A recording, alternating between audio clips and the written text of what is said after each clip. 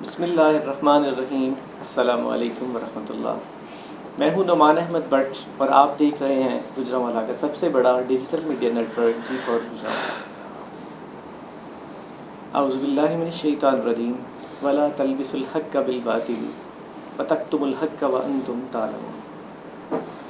मैंने कुरान की ये आयत पढ़ी, ये सूरत बकरा की आयत है 42 नंबर, जिसमें अल्लाह की ज़ात फरमाते हैं, झूठ और सच की आमेज़श न करो, दीदा दनिस्ता जानबूझकर हक को न छुपाओ। Gujranwala chamber of commerce election 2020 और 21 की तैयारियां बहुत अरूज पे हैं। तमाम कैंडिडेट्स, उनके कायदीन, अगले और पिछले सुदूर और उनके हमायती बड़ी दिलजमी के साथ, बड़ी मेहनत के साथ इस इलेक्शन की तैयारियों में मसरूफ़ हैं। हमने एक सिलसिला शुरू किया कि अपने क़ारीन को, अपने नाज़रीन को, अपने व्यूअर्स को गुजरांवाला चैम्बर ऑफ कॉमर्स की जो सूरत हाल है उसके बारे में वक्तन फ़वक्तन आगाह करते रहे। इस सिलसिले में हमने पिछले दिनों, अगर आपकी नज़र से गुज़रा हो, तो हमने इंटरव्यूज़ किए। जो ग्रुप्स 2 इस टाइम पे चल रहे हैं उनमें से दोनों के एक कायद के हमने इंटरव्यू किए। हमने इसी सिलसिले को आगे बढ़ाते हुए हमारे आज के मेहमान हैं 2018 और 19 के सदर आसिम अनीस। अस्सलाम वालेकुम। जी वालेकुम सलाम। मैंने कुरान की आयत पढ़ी जिसका तर्जुमा भी आपने सुना। हम आज आपके पास उस हक़ और सच को जानने के लिए आए हैं जिसकी वजह से आपने इस ग्रुप को छोड़ा, अपने इस टेन्योर को जो उनके साथ आपने मिलकर किया, पहले इलेक्शन लड़ा, फिर उस टेन्योर को एंजॉय किया और उसमें फिर उसके जाने के बाद आपने उस ग्रुप से अलहदगी इख्तियार कर ली। एक्चुअली मैंने उस ग्रुप से अलहदगी इख्तियार नहीं की थी, क्योंकि जो अगला इलेक्शन था 19-20 का, वो मेरे ही उसी कारकर्दगी की बिना भी लड़ा गया। यही कहा गया कि जी हमारे प्रेसिडेंट ने ये किया और जितनी तकारीर थी वो सारा उसी में था। तो फिर 19-20 भी हम इकट्ठे रहे हैं। अलहदगी तब होती है जब हमारे मैं अब तो कायदीन का लफ्ज़ मैं चैम्बर से निकालना चाह रहा हूँ। यही हम जंग लड़ रहे हैं कि यहाँ पे कायद को नहीं, साहब सदूर होंगे, साहब का सीनियर नायब सदूर होंगे, उस तरह बुलाया जाए तो ज़्यादा बेहतर है। कायदीन का लफ्ज़ ग़ुलामी वाला लगता है कि जैसे ग़ुलामी है। जो हमारे साथ थे हमारे सीनियर्स, वो अचानक ही पता नहीं वजूहात क्या थी उसके बैकग्राउंड में, कुछ दोस्त बताते हैं कुछ वजूहात, वो छोड़ के वो जिनके हम अपोनेंट चल रहे थे, मुसलसल 2 इलेक्शन कंटेस्ट किए थे, उनके साथ मिल गए। तो वो सरप्राइजिंग था।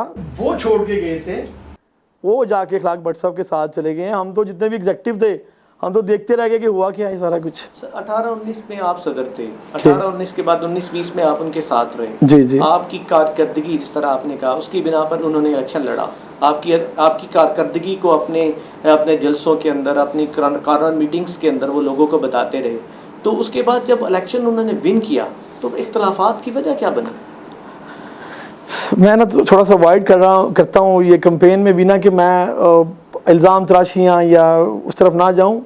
वो एक सीनियर नायब सदर थे, जब मैं सीनियर नायब सदर कह रहा हूँ 19-20 के, उनका कोई इख्तलाफ हुआ प्रेसिडेंट के साथ, तो वहाँ से वो बात स्टार्ट हुई, कोई इनका कुछ झगड़ा हुआ। फिर उन्होंने जो हमारे दोस्त से, क्यों हम सारे एग्जेक्टिव थे, हमें यूज़ किया। तो मेरा ख्याल है वही एक जब वो इख्तलाफ बढ़ा तो जब एक कुछ अरसे के बाद वो जो सीनियर नायब सदर थे वो उनके साथ जाके बैठ गए।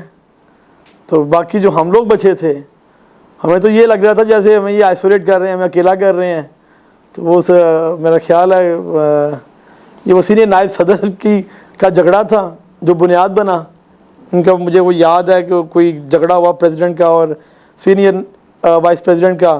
फिर मैंने सुना था कि प्रेसिडेंट ने या सीनियर वाइस प्रेसिडेंट ने पेन टेबल पे मारा कि जी मैं देख लूँगा।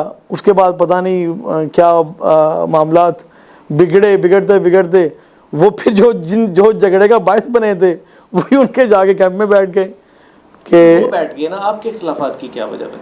हम तो वही वजह बनी ना, जो हमारा सीनियर नायब सदर था उस वक़्त का, वही झगड़ा बना। उसने कहा कि जी मैंने जीबीसी के इशू पे, जीबीसी के मैं आपके साथ हूँ, आसिम अनीस का नाम जाएगा। जबकि ये दिसंबर में ये इशू क्लोज़ हो चुका था, दिसंबर 2019 में ये इशू क्लोज़ हो चुका है। तो कोई इशू नहीं था। जब प्रेसिडेंट शायद चाइना थे या फ्रांस से, चाइना थे शायद, वो वापस आए हैं तो इनका आपस में झगड़ा बना है, हमें यूज़ किया, वो पता नहीं उनकी क्या ख्वाहिशात थी, बाद में वो जाके उनके साथ मिल गए। यहाँ जहाँ तक हमारे सोर्सेज या हमारी शुनीद है, जो लोग कहते हैं कि आपने तो ये तो 19-20 की आप बात कर रहे हैं कि जब नया सदर आया, जब आपका अपना टेन्योर था जिसमें 18 और 19 का, आपने ये गोल्डन ग्रुप वहीं पे जब आपने एक दौरे के दौरान जब आप उम्रे पे थे, सारे एग्जेक्टिव आपके साथ थे, वहीं पे आपने उनको कोई ऑथ ले लिया और उसमें आपने एक नया ग्रुप डेवलप करने के लिए ये कोशिशें शुरू की थी। क्या इस बात में कितनी ये ऐसे नहीं होता। मतलब आप ना जब चैम्बर की हिस्ट्री देखते हैं ना, तो जब मैं 10-11 में थे हम तो हमारा एक G11 ग्रुप बना था एग्जेक्टिव का। वो क्योंकि एग्जेक्टिव जब इकट्ठे चलते हैं दोस्ती हो जाती है, फिर वो अंडरस्टैंडिंग रहती है। इस तरह हमारे बाद वो एक M7 का ग्रुप बना, वो भी एग्जेक्टिव थे, इकट्ठे रहे, तो वो उनकी दोस्ती बन गई। एज सच इनका सियासत से कोई लेना देना नहीं था। कोई भी मुखालफिन कहते हैं कि वो इसलिए बनाया गया था कि बगावत करने के लिए। नहीं ऐसा, वो जो मर्जी कह रहे हैं, ऐसी हकीकत थी नहीं ना। उसमें कुछ और लोग ऐसे थे जिन्होंने आपका साथ देने से इनकार किया था, उनका यही कहना है कि हम वहाँ पे मौजूद थे और ऐसा ही हुआ था। मेरा ख्याल वो ज़्यादा मौजब बने इस झगड़े के ना, जब वो सीनियर वाइस प्रेसिडेंट ने वो झगड़ा स्टार्ट किया। उनका तो कहना ये है कि इन्होंने एक ग्रुप जो ये तश्कील दिया था, इससे पहले की एक छोटी सी जो उनके दिल में, आपके दिल में, क्योंकि आप सदर थे उस वक्त, जी, आपके दिल में कोई बात थी कि आपको प्रेसिडेंट बनना देखने नहीं चाहते थे कुछ लोग? नहीं, मैं कभी भी नहीं कहूँगा। ये सारी मेहरबानियाँ अल्लाह पाक की होती हैं, ना कोई किसी को बनाना चाहता है, ना कोई किसी ग्राउंड पे कोई किसी का किरदार है था आपका? मैं किसी को भी मैं गुजारिश कर रहा हूँ कि मैं कभी भी कोशिश करता हूँ कि अवॉइड करूँ। जब नाम किसकी बात कर रहे हैं? मैं ये बात कर रहा हूँ 20 की। जब 20 का इलेक्शन करीब आया है, हकायक तो वो हैं, इलेक्शन करवाएं अगर झगड़ा हो जाए तो, अदरवाइज़ आपस में तय कर लें, सिलेक्शन करवाएं और चलें। वो जो ये पीरियड था 20 का, उसमें होता क्या है कि हमारे जो ना सीनियर्स थे, उन्होंने कहा कि जी हम इकट्ठे बैठ जाते हैं, 2 ही ग्रुप हैं, इलेक्शन नहीं करवाना। बाकायदा ये ऑन रिकॉर्ड बात है, ये कहा गया कि यार हम वो टके के मेम्बरान से जाके ना वोट मांगते हैं, हम अरबोपति लोग हैं, तो हमें ये सूट करता है, ये इलेक्शन ख़त्म करें, सिलेक्शन करते हैं। असल में ये जो ना ये सारा कुछ जो हुआ है, जो लास्ट इलेक्शन हुआ है, वो उसका रिएक्शन था। मेरा ख्याल हर चीज़ का टाइम होता है। अब गुजरांवाला के जो चैम्बर है ना, उसमें मुझे कोई गोल्डन ग्रुप को ब्लेम करे कि जी पॉलिटिकल, जब आप कोई गलत काम करते हैं तो रिएक्शन तो उसका होता है। आप ये कह रहे हैं कि उस वक्त को G7 G11 जो आप जी चलती रही सारी ना। हाँ। लेकिन जब आपने इलेक्शन विन किया, वो भी तो एक अलमे बगावत ही था ना उन लोगों के खिलाफ जो इलेक्शन नहीं करवाते थे। यही हुआ ना। नहीं, ये कौन से साल की बात कर रहे हैं आप प्रेसिडेंट बने? नहीं, तब भी ये हुआ ना। तब इखलाक भट्ट साहब का और मलिक ज़ैद साहब का झगड़ा हुआ, क्योंकि वो सीटों का की एडजस्टमेंट थी। पहले 11 से लेके 17 तक चली आ रही थी वो सिलेक्शन, आपस में एडजस्टमेंट चली आ रही थी। इख्तलाफ हुआ कि अब हम ताकतवर हो गए, हमें सीटें बढ़ाएं। मतलब देखिए ना कैसा मेरा बदकिस्मत चैम्बर है कि यहाँ पे इश्यूज़ की बात नहीं हो रही, यहाँ बात हो रही है सीटों की। यहाँ बात हो रही सीटों की कि कम कर लें, ज़्यादा कर लें। यहाँ से इख्तलाफ बनता है और वो इलेक्शन होता है कि जो दोस्त मतलब ना हम बाइट थे, तब मैं इरफानी साहब के साथ था, बाइट थे तब, तो एक सीट मिली हुई थी इरफानी साहब को, तब मेरा ख्याल है। तो वो जब ये माहौल बना ऐसा कि इखलाक भट्ट साहब वो उन्होंने कहा जी, उन्होंने चैलेंज कर दिया, जाओ जाके इलेक्शन लड़ लो। तो जो ना मलिक साहब हैं, मलिक साहब का ग्रुप है, वो आ गया कि जी अब हम सब कब इकट्ठे होकर मिलकर इलेक्शन लड़ेंगे। और शेख असलम थे, वो आउट थे, हम इरफानी साहब के साथ इन थे तब। फिर शेख असलम को साथ मिलाया और वो इलेक्शन कंटेस्ट किया, वो जीते। अगला इलेक्शन भी, अब वो सारा कुछ क्यों हुआ, 2 इलेक्शन हो गए, थकावट हो गई कि यार ये तो गलत काम है। जो मेंटालिटी है कि यार हम दोबारा वोटरों के पास जा रहे हैं। झगड़ा तो हमारा हुआ था सीटों पे, अब भट्ट साहब को भी पता चल गया कि हम भी ताकतवर हैं, अब क्यों ना इसे मिल के बराबर कर लें और झगड़ा ख़त्म कर दें। झगड़ा तो अभी भी चल रहा है इरफानी साहब और उनके दरमियान, सीटों का खींचातानी तो चल रही है। लेकिन क्या इस बात में सदाकत है कि इरफानी साहब, आपने बात की इरफानी साहब की, इरफानी साहब ही वो ताकत है जिन्होंने आपको सदर बनवाया था? बिल्कुल, कोई शक नहीं इसमें, वो मेरे मेहरबान है। मतलब इसमें ये होता ही है। आज क्या हो रहा है, मैंने ना आज मुझे पूछे ना कि जो प्रेसिडेंट बैठा हुआ है वो किसी छोटे इदारे से आया हुआ है, उस इदारे का नाम है, किसका नाम है कि वो फलां के कोटे से आया है। बदकिस्मती क्या है, हमारा स्टांस क्या है, मैं प्रेसिडेंट बना हूँ तो मुझे लेबल किया जा रहा है कि मैं फ़लाँ का प्रेसिडेंट हूँ, मतलब मैं फ़लाँ की बात मानूंगा, मेरी लिमिट्स हैं, मतलब लिमिट से बाहर नहीं आना। बाकी तो ऐसा नहीं होता यार। जब आप कोई प्रेसिडेंट बिठाते हैं, आप उसे एम्पावर नहीं करते, आप उसे काम नहीं करने देंगे, तो हाउ कम आप कहेंगे यार कि ये जो सियालकोट चैम्बर है, गुजरात चैम्बर है, लाहौर चैम्बर, आप उनसे कंपैरिजन करेंगे?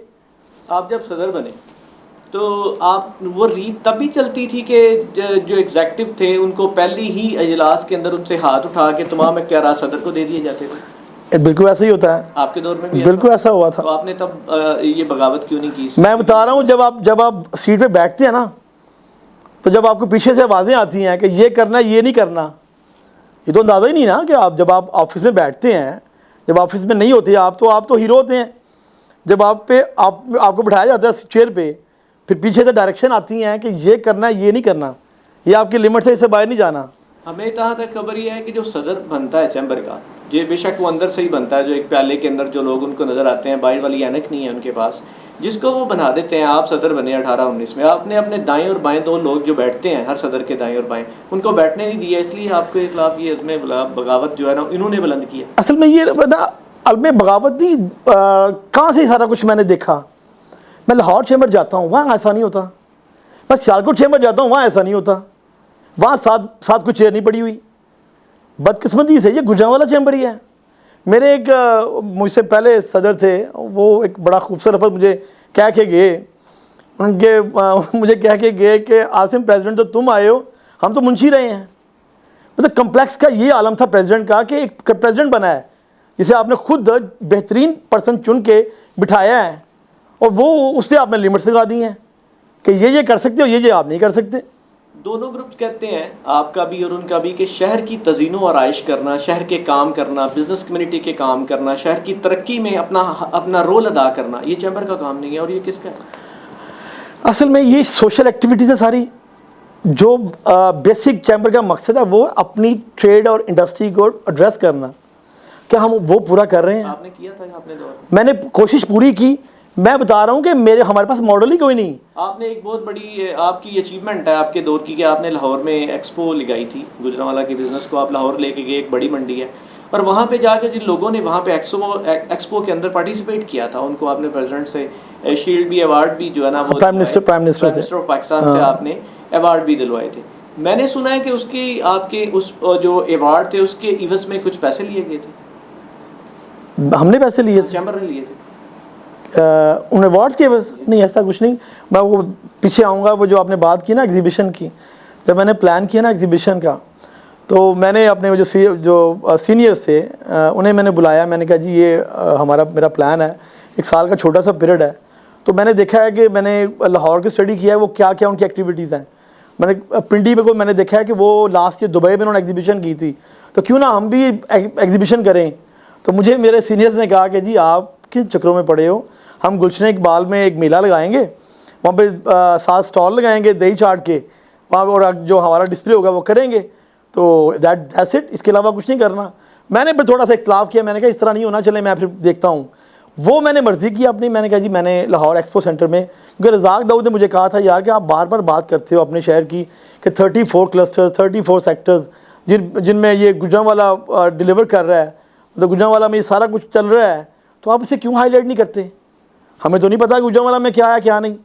तो उसी बात पे, ये नवंबर की बात है, मेरी जो पहली मीटिंग रज़ाक दाऊद साहब से हुई, तो जनवरी फरवरी में हमने वो प्लान किया कि क्यों ना हम एक मार्च में एग्जीबिशन करें। वो इतना फिर वो तंग किया गया, इतना रोका गया, इतनी रुकावट डाली गई कि वो अल्टीमेटली जून में हमें जाके करनी पड़ी। आपने मोटरवे लिंक के लिए गुजरांवाला के बिजनेसमैनों के लिए बड़ी मंडी में जाने के लिए क्या किरदार अदा किया? मैं मतलब एक बड़ी बदकिस्मती है ना, बड़ी बदकिस्मती है कि मैंने एक प्रोजेक्ट किया था। मैंने नहीं किया, गुजरांवाला चैम्बर ने किया था। मैं इतना चीज़ चाह भी रहा हूँ कि ये चीज़ें ना हो, कि मेरे नाम से मंसूब ना हो, ये चैम्बर की बात हो। चैम्बर ने 18-19 में क्या किया कि एक प्रोजेक्ट किया रज़ाक दाऊद साहब के मशवरे से कि हम एक्सपो सेंटर बनाएंगे, जो हमारा है ना ये सी पैक, उसमें गुजरांवाला बिल्कुल इग्नोर हो चुका है, उसमें कोई एडवांटेज हमें नहीं मिल रहा। इसके लिए मैंने मीटिंग की रज़ाक दाऊद साहब से। मुझे उन्होंने कहा कि जी अगर आप कुछ लेना चाहते हो ना, तो यहाँ एक्सपो सेंटर बनाओ गोल्डन ट्रायंगल में, सेंटर पॉइंट आएगा वज़ीराबाद, वहाँ 200-250 250 के करीब एकड़ से करीब जगह पड़ी हुई है गवर्नमेंट की। अगर आप उस पर बिल्डिंग खुद बना लो, मिनिस्ट्री ऑफ इंडस्ट्री आपको साथ सपोर्ट करेगी, तो हम आपको एक लिंक देंगे मोटरवे के साथ, उस पर काम करो। हमने काम किया, चैम्बर के स्टाफ ने मेरे साथ बड़ी हेल्प की था, उन्होंने पूरा मिल के हमने प्लान किया कि जो अवान चौक है, मैं बताऊं, अभी हम बात करें बार बार ये लाहौर के मोटरवे लिंक की, वो प्रोजेक्ट था अवान चौक, बुड्ढा गराया, नौशहरा विरका और बाग चौक इंटरचेंज, ये पिंडी बटियाँ और शेखपुरा के दरमियान में आता है। और ये प्लान जब हमने इस पे काम किया करके हमने ये मिनिस्ट्री ऑफ कॉमर्स को दिया, मुझे रज़ाक दाऊद ने अगले दिन कहा कि ये फ़ाइल मुझे पहुंचाओ, मैंने पीएम तक पहुंचानी है। यार ये तो कमाल किस्म का आइडिया है, ये जो पूरी गोल्डन ट्रायंगल है, सी पैक के इस पर पैसे लगेंगे, तो ये तो सारे ऑन बोर्ड हो जाएंगे, तो सारे इसमें इंपॉर्टेंट हो जाएंगे। क्योंकि गुजरांवाला जब आप इसे और प्लान किया था डिस्प्ले सेंटर बनाया जाए, एक्सपो डिस्प्ले सेंटर बनाया जाए कि जहाँ पे गुजरात, सियालकोट, गुजरांवाला के आइटम्स डिस्प्ले हों और इंटरनेशनल यहाँ पे कोई एक आध एग्जीबिशन की जाए। सियालकोट एयरपोर्ट हमारे पास है, तो हम इसे बेहतरीन इसे अपना रीजन बना सकते हैं। और ये मोटरवे जो लिंक है जो चल रहा है अवान चौक वाला, ये गुजरांवाला फैसलाबाद के लिए, गुजरांवाला इस्लामाबाद के लिए बड़ा इजी हो जाएगा। मैं तो हैरान हूँ कि वो छोड़ के तो आज हम वो पता नहीं बिज़नेस कर रहे हैं मोटरवे लिंक। ये मुझे बड़ा याद है कि जब आए थे ना वज़ीर आला पंजाब उस्मान बुज़दार साहब, तो उन्होंने ये कहा था कि जी ये ना तकरीबन 41 करोड़ का ये प्रोजेक्ट था, ये 13 किलोमीटर बनता था डिस्टेंस ये वाला, ये हम करेंगे। और इसका PC1 भी मैडम नाइला बाकर साहबा थी तब DC गुजरांवाला, तो उन्हें मुझे बाकायदा डिस्कस हुआ बैठ के हमारा मीटिंग में कि ये PC1 इसका अप्रूव हो गया, तो ये लिंक बन जाएगा। मैंने कहा ये तो हो गया, ये तो आप करें, गवर्नमेंट पंजाब ने करना ही करना अल्टीमेटली। जो हमें मेन हमारी आइसोलेशन है वो ख़त्म तब होगी जब हम फैसलाबाद से मिलेंगे, जब हम इस्लामाबाद से मिलेंगे, हमारा इस्लामाबाद मोटरवे लिंक होगा कम अज़ कम। आपने ये सारी तगदो की, लेकिन आपके मुखालफिन इसको बांधने के लिए नहीं, मैंने अगले जब मैं एग्जेक्टिव बैठा था, तो मैंने जो हमारे प्रेसिडेंट थे तब अगले मियाँ उमर सलीम साहब, मैंने उनसे रिक्वेस्ट भी की थी, मैं मियाँ साहब मैंने वो मैप बना के ना एक सियालकोट चैम्बर में लगवा दिया है ये इस प्रोजेक्ट का, एक गुजरात चैम्बर में दे के आया हूँ मैं, एक हमारे सेक्रेटरी के ऑफिस में लगा हुआ है। काइंडली इसे कंटिन्यू किएगा, क्योंकि ये ऐसा प्रोजेक्ट है कि इसे किसी का लेबल नहीं बनना, इसे ये गुजरांवाला की साख के लिए बहुत ही ज़रूरी है। दूसरे ग्रुपों का कहना यह है कि आपने अपने दौर में, आसम अनीस ने अपने उसके पूरे टेन्योर के अंदर चैम्बर को सियासी अखाड़ा बना दिया था। हाँ, पब्लिक चैम्बर, क्योंकि जो देखें ना इसमें स्मॉल सेक्टर कितना इन्वॉल्व है आपका। आज कितने भाग रहे हैं आप ये जो यूनियंस के पास, ये बाज़ारों में भाग रहे हैं जाके, किसके लिए जा रहे हैं? वोट्स के लिए जा रहे हैं, वो मेंबर्स हैं इसके लिए। अगर उनकी आमदोरफ वो आएँ अपने इश्यूज़ लेके, तो वो खाड़ा ही है। मतलब जो इनका प्लान है कि इलेक्शन ना हो, वोटरों के पास ना जाएं, वोटर ना आए, वो एक ख़ास तबका हो, उसी में सिलेक्शन की जाए, उसी में, तो वो तो फिर वही चाहते हैं कि सारे लोग या दूसरे लोग जो भी आते हैं अपने मफादात के लिए आते हैं। पहले 2 ग्रुप थे, 2 से 4 बन गए। ये ऐसा मुझे आने वाले दौर में, पिछले हम थोड़ी सी हिस्ट्री देखें तो हर 3 साल 4 साल के बाद एक नया ग्रुप आ रहा है, तो मेरा ख्याल है कि अगले साल एक और ग्रुप आना चाहिए। मेरा ख्याल ये है अब हमें ना इश्यूज़ पे बात करनी चाहिए। अब गुजरांवाला चैम्बर को इश्यूज़ पे बात करनी चाहिए। ये नहीं होना चाहिए कि मैं आया हूँ तो मेरा बंदा एग्जेक्टिव आएगा, मैं अपने कोटे से बंदा लेके आऊँगा, ये नहीं होना चाहिए। मैं बड़ी सिंपल सी बात बताऊँ, अभी जो हमने सीटें अब जो हमने एग्जेक्टिव हम लेके आ रहे हैं, और यकीन करें मैं आपको गारंटी कर सकता हूँ कि हमने सारे सेक्टर वालों को कहा है, सब सेक्टर्स को कहा है कि अपने अपने दें, अपने कैंडिडेट्स दें। लूम सेक्टर से अलहदा लिए हैं, जो उन लोगों ने डिसाइड किया है, कोई हमारी इसमें राय नहीं, कोई इसमें पसंद नापसंद नहीं। फर्नेस इंडस्ट्री, फर्नेस वालों ने जो कैंडिडेट दिया है, हमारा कोई कंसर्न नहीं, ना हमसे कोई उनकी मुशावरत है। जो उन्होंने डिसाइड किया है हमने उसे एज इट इज़ ले आए हैं। इसी तरह जितने सेक्टर्स के लोग हैं वो सारे हम लेके आए सेक्टर वाइज, जो एक्चुअली चाहिए। मैं पूछता हूँ कि अगर मेरा काम, मेरा बिज़नेस पेपर का है, तो मेरे पेपर के में इतनी स्ट्रेंथ नहीं है, तो अगर मैं कोई बंदा लेके आता हूँ कि जी मेरा कोई भतीजा या तो किसी सेक्टर से मैं लेके आऊँ कि वो सिर्फ इस रिलेशन पे आए, कि वो मेरा कुछ लगता है, मैं फार्मर प्रेसिडेंट हूँ, तो ये तो नाइंसाफ़ी होगी ना सेक्टर्स के साथ। हिस्ट्री ये कहती है कि दोनों ग्रुपों में, उधर ख्वाजा बरादरान है, उनके घर से सीटें थी, आपकी तरफ से शेख असलम साहब हैं सारे, उनके घर से भी सीटें नहीं, कोई बंदा बचा नहीं है उनमें सदर बनने वाला। कहती है कि जो भी एग्जेक्टिव आता है उसको एग्जेक्टिव लेके आते हैं कि जो उनको पता हो उसको हम अपनी मनमर्जी के काम करवाते हैं। मैं यही वही तो मैं कह रहा हूँ कि हमारा इस साल, हमारा पिछले साल जो हमने स्टार्ट किया था, ये हम कह रहे हैं कि प्रेसिडेंट एम्पावर, एग्जेक्टिव एम्पावर। ऐसा इत्तेफाक रहा है कि एग्जेक्टिव एक दूसरे का नाम नहीं जानते। टोटल 2 ग्रुप हैं और इन दोनों में एक एक ग्रुप मर्ज हुआ हुआ है। कहते ही जहाँ तक सुनी है हमने बात, या हमारे ज़राए इस बात की तस्दीक करते हैं कि इख्तलाफात इन दोनों ग्रुपों में आपस में मौजूद हैं, जो आपस में मिले हुए हैं। इसकी क्या वजह? इश्यूज़ पे नहीं है, सीटों पे हैं इख्तलाफात मौजूद हैं, आप इस बात की तस्दीक होंगे, क्योंकि वो एक रिवाज चला आ रहा है कि मेरी इतनी, तो वो उस पर तो फिर इख्तलाफ रहेगा। आपने अपने दौर में कारोबारी बरादरी के लिए क्या किया था? मैंने ऐसा जो मेरा अदारा था, जिसकी ज़िम्मेदारी मुझे मिली थी, मैंने कोशिश की कि उसकी पहचान बने, कि जो इग्नोरेंस थी गुजरांवाला चैम्बर के लिए, जो आइसोलेशन थी गुजरांवाला चैम्बर के लिए, मैंने उस पर काम किया था कि मैं कम से कम, मैं बता रहा हूँ कि जो पहली मीटिंग पीएम की हुई थी ना, ये जनवरी 19 में हुई थी, उसमें 6 चैम्बर्स जाते हैं, गुजरांवाला चैम्बर नहीं है उसमें। सियालकोट, लाहौर, फैसलाबाद, पिंडी, गुजरात, इस्लामाबाद, ये चैम्बर जाते हैं। मेरा गुजरात गुजरांवाला नहीं थे है। मेरा चैम्बर क्यों नहीं है? क्योंकि मैंने कभी जाके ड्रेस ही नहीं किया अपने चैम्बर को, जो साहब का सदूर है, कभी ड्रेस ही नहीं किया। तो मैंने कोशिश की, मैंने जब ये सारा मामला किया, जब मैं प्रेसिडेंट आया, मैंने कोशिश की कम से कम मेरे शहर की पहचान हो, तो मुझे भी बुलाए। आपको पता, जब हमने एग्जीबिशन की थी, या जब हमने ये प्रोजेक्ट किए, स्टार्ट किए थे, तो उसके बाद 4 दफ़ा हमारी मीटिंग हुई है पीएम के साथ। और ये सिलसिला अल्हम्दुलिल्लाह अभी फिर 19 में भी 20 में भी कंटिन्यू रहा कि गुजरांवाला चैम्बर को जब भी मीटिंग हुई है चैम्बर्स की, मखसूस चैम्बर्स की, सेंट्रल पंजाब के चैम्बर्स की, तो गुजरांवाला उसमें था। गुजरांवाला चैम्बर के अंदर metal, steel, power loom sector के अलावा बंदे नज़र नहीं आते हैं। डिस्कशन कहीं भी नहीं होती कि कुछ और भी करना चाहिए, इन लोगों में ही सारी चीज़ें बांटनी चाहिए। असल में ना मामला ये है कि जब आप सेक्टर वाइज चलेंगे ना, तो तभी अभी वॉशिंग मशीन एसोसिएशन बनी है, अभी बनी है। आपने जब ये एसोसिएशन बनी है, इनको जो प्रॉब्लम थी पीछे FBR वाले, इनको जो भी जैसा भी हो रहा था, इनकी गाड़ियाँ पकड़ी जा रही थी, आपके इस ग्रुप ने, जो आपका ग्रुप है फाउंडर इत्तेहाद गोल्डन, इस ग्रुप ने उनके लिए क्या किरदार अदा किया? और प्लास्टिक इंडस्ट्री एक नई इंडस्ट्री मतलब बन के सामने उभरी है, काफ़ी ज़्यादा हमारे शहर के अंदर उसने मतलब एक अपना किरदार है उसका, और उसने एक बड़ी अच्छी जगह बनाई है। उसके लिए उसको कौन सी सीट दी है? हमने उनका एग्जेक्टिव लिया है, वो वॉशिंग मशीन एसोसिएशन से, हाँ जी, उनसे लिया है। प्लास्टिक से नहीं, ये वो एक ही सेक्टर सारा वो कवर कर रहे हैं। सेक्टर के लिए क्या किरदार अदा किया था? आप मैं बताऊं, जो ऑफिस में बैठा था चैम्बर प्रेसिडेंट, किरदार रोल तो उसका बनना था ना।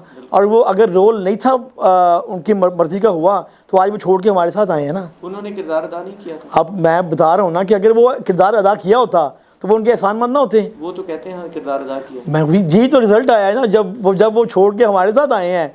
जो ऐसा अभी के नया ग्रुप है, वो छोड़ के क्यों आए हैं? उनकी कोई जाति, जिस तरह कमर दिलबर है, उनकी रिश्तेदारी हैं, वो रिश्तेदारी की वजह किसके साथ अंसारी साहब के साथ उनकी, तो यूनुस अंसारी साहब का हमारे साथ और नून लीग और मतलब तहरीक इंसाफ की जो आपस में ये इसकी वजह से है। और क्या यही जो बात मैं बताऊं मुझसे बड़ा मुस्लिम लीगी कोई नहीं है।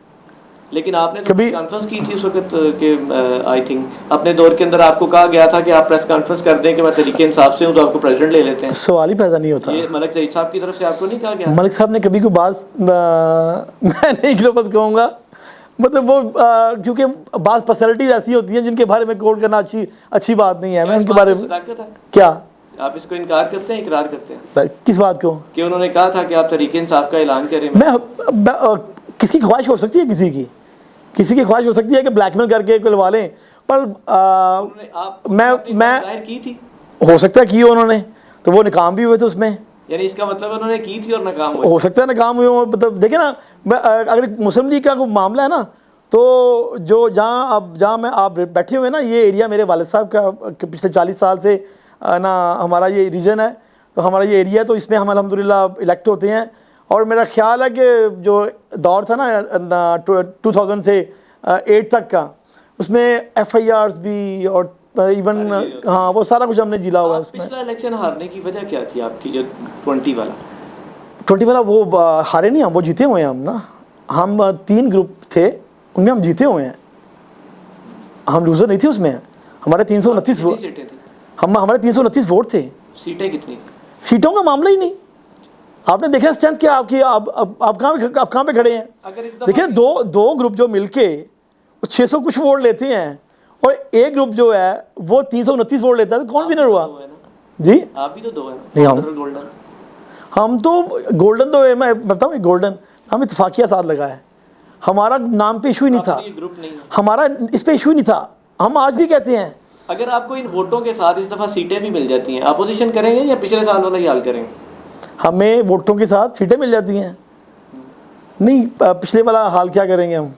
कुछ भी नहीं किया आपने पूरा साल, आपकी सीटें नहीं थी ना, आपने अपोजिशन का किरदार अदा किया, ना उनको कोई टफ टाइम दिया, ना उनके सामने कहीं खड़े, उनको बड़े प्यार से पूरा साथ उनको किसी जो बंदा एम्पावर होता है ना, उसका यही इम्तिहान होता है कि उसकी परफॉर्मेंस क्या है, उसकी परफॉर्मेंस ही हमारी जीत है। अगर वो परफॉर्म किया होता तो शायद हमें आज ये सपोर्ट मिल रही होती। हमारे शहर का एक बहुत बड़ा मसला माहौलियाती जो है ना आलूदगी है, ठीक है, वो उसको ख़त्म करने में रुकावट चैम्बर ऑफ कॉमर्स थी आपके दौर में, क्या ये बात दुरुस्त है? मैं बताऊँ ना, बड़ा दिल चाहा था, बड़ा कुछ किया था अल्हम्दुलिल्लाह, और ख्वाहिश थी कि ये सारा कुछ कंटिन्यू हो। सियालकोट में एक टैनरी जोन काम कर रहा है, ठीक है, वो टैनरी जोन क्यों बनाया गया कि वो वाटर पोल्यूशन थी टैनरी की वजह से, और बहुत ज़्यादा टैनरीज थी वहाँ पे।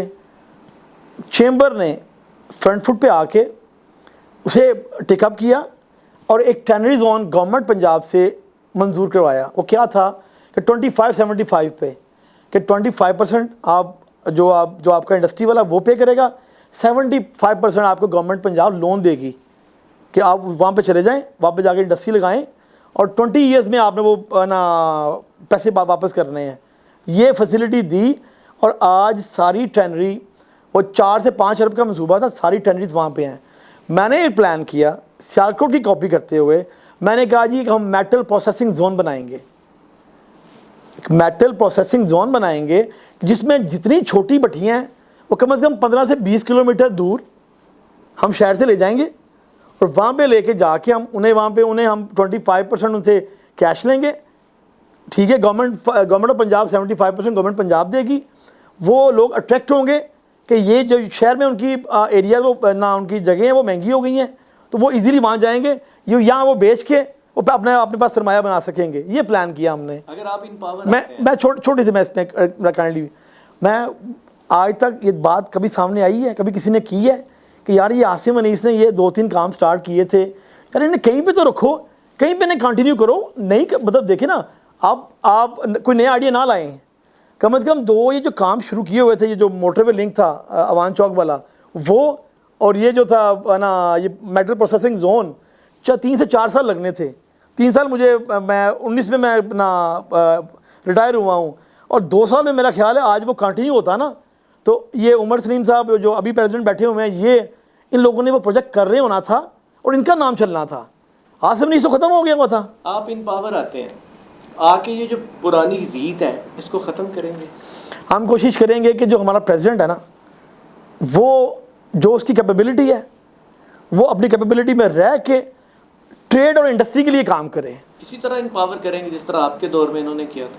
नहीं, इस तरह नहीं होगा। वो जो 7 चेयर लगती है ना, चेयर नहीं होगी इंशाल्लाह। जिस तरह एग्जेक्टिव हैं दूसरे, वो एग्जेक्टिव आके उनसे ओथ लेके उनको वो इख्तियारात सलब कर लेंगे। वो एग्जेक्टिव भी नहीं होंगे, वो एग्जेक्टिव भी वो इंशाल्लाह हम जो बाकी मैं बता रहा हूँ मुश्किल नहीं कुछ भी। बाहर बैठ के सारे ऐसी मैं बट बता रहा हूँ मुश्किल नहीं, दूर नहीं, ये यहाँ से 30 किलोमीटर दूर यार, ये जो सियालकोट है वो आपके पास सैंपल है, वही मॉडल है आपके पास। तो उस मॉडल को अप्लाई क्यों नहीं करते? तो वही क्यों ये ना स्ट्रगल स्टार्ट किया है। मैं बताऊँ मैं बाज़ चीज़ें मैं नहीं कहना चाह रहा कि जब आप चैम्बर में आती हैं ना तो आपको पूछा जाता है आपका बिज़नेस क्या है और आपको क्या क्या फ़ायदा हो सकता है इस चैम्बर से।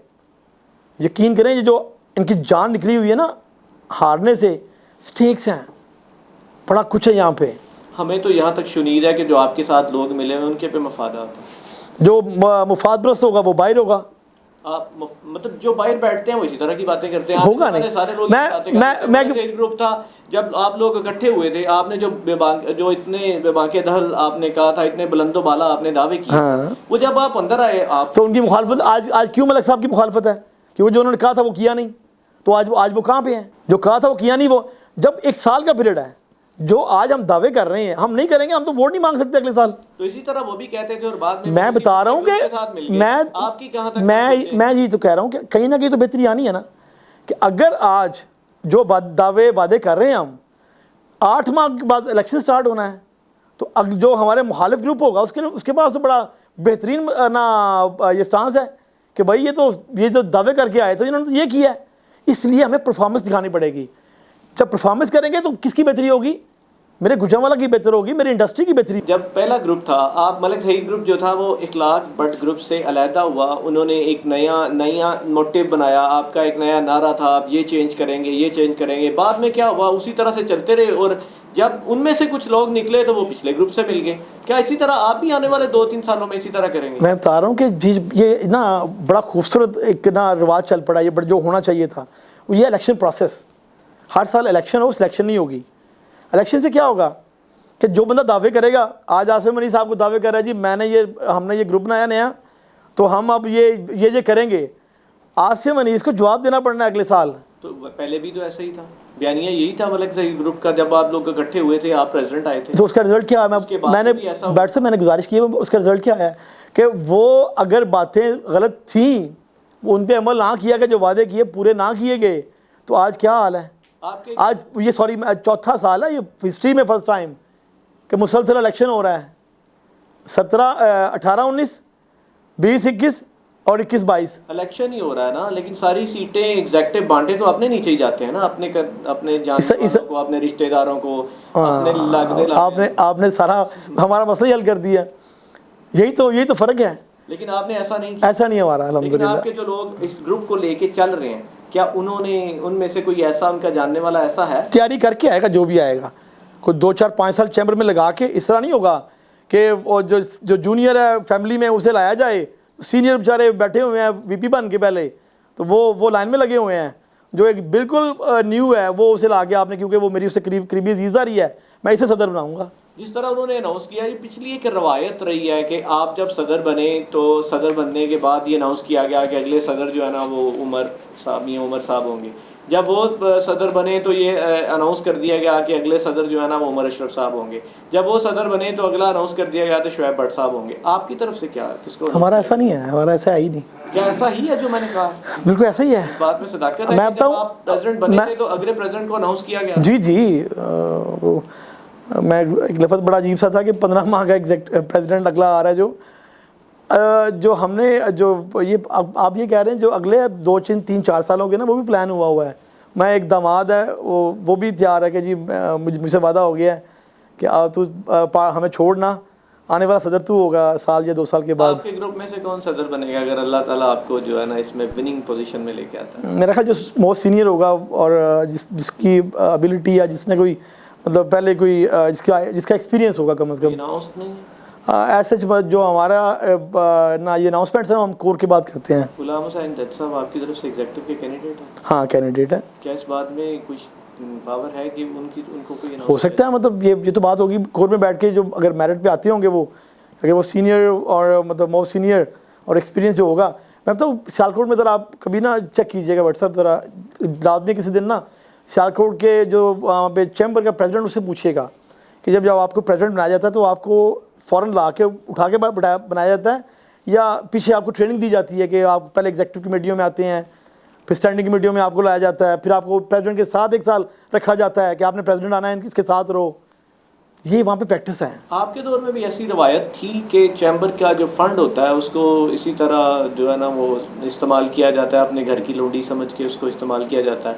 क्या इसके अलावा आपने किस तरह के अभी की रवायत, आप उसके ऊपर क्या स्टेटमेंट देंगे कि अभी जो लास्ट हमारे प्रेसिडेंट थे चैम्बर के, उनके कार्ड के ऊपर प्रेसिडेंट और चैम्बर ऑफ कॉमर्स की अलहदा एडवर्टीजमेंट के साथ साथ उनके 10 अपने पर्सनल जो ना लोगोज लगे हुए थे? कॉम्प्लेक्स है मेरा ख्याल ये तो। किस चीज़ का? शोहरत का, इसके अलावा तो कुछ भी नहीं। देखिए आप एक पब्लिक सर्वेंट बन के आ रहे हैं, आप पे इतना प्रेशर है कि आप 6-7 हज़ार वोट जो है 15-16 हज़ार ना अफराद के मेंबर हैं, और उस क्लास के मेंबर हैं जो आपसे क्वेश्चन कर सकती है, जो पढ़ी लिखी क्लास है, जो अपने अच्छे बिजनेस चला रही है। अब उनके नुमाइंदे बन के आ रहे हैं और आप इतना ईजी हो गए कह रहे हैं मैं मतलब वो, इसके अलावा तो कुछ भी नहीं। आपको तो आप पे तो इतना प्रेशर होना चाहिए कि भाई मैंने, मेरे पास सिर्फ 10 माह हैं तो मैंने तो परफॉर्म करना है। आपको भी गौर करेंगे जो हमारा पीरियड था उसमें हमने किस तरह उसे मैनेज किया था, हमने किस तरह इवेंट्स किए थे, तो और यही होना चाहिए। आप पिछले 60 को क्या रेट करते हैं? फॉर एग्जांपल आप कह रहे हैं 329 आपने वोट लिए थे। जी जी। तो उस दफ़ा तो अगर कंपैरिजन किया जाए, सीट तो आपकी नहीं थी, वोट आपके थे 329। इस दफ़ा आप उसको क्या परसेंटेज देंगे इस टाइम जो आपकी कैंपेन चल रही है? मैं बताऊँ, यकीन करें, जो बयानिया है ना वो लोगों के दिलों में उतर गया है। आपने पिछले साल भी की? नहीं थी, हम तो बिल्कुल नए थे, हम तो स्ट्रगल में थे। क्या 2018 में भी आपने यही? नहीं आपके पूरे ग्रुप ने यही कहा? नहीं कि हमारा बयानिया हम चेंज करके मलक ज़हीर साहब अपनी हर तकरीर हम तो उन्हें मान के उनके पीछे चल रहे थे ना, कि जो इन्होंने वादे किए हैं, जो कह रहे हैं ये करेंगे। तो वो तो 2 साल के बाद ही थकावट हो गई और उन्होंने कहा कि जी हमने तो सुलह करनी है, हमने तो इलेक्शन करवाना ही नहीं, हमने तो सिलेक्शन करनी है। सुलह की क्या वजह थी? यही कि वोटरों के पास जाना पड़ता है साल के बाद। मैं बताऊँ हमने क्या लास्ट सुलह कहते हैं, क्या ये मफादात नहीं है? यही ना, आप जो मर्जी नाम दे लें। मैं बताऊँ लास्ट ईयर हमने क्या किया था, स्टार्ट किया था वोटर्स, ये आपके चैम्बर के मेम्बरान को इज्जत देने के लिए हमने फर्स्ट टाइम हिस्ट्री में प्रॉपर एक मैरिज हॉल लेके उसे ऑफिस बनाया।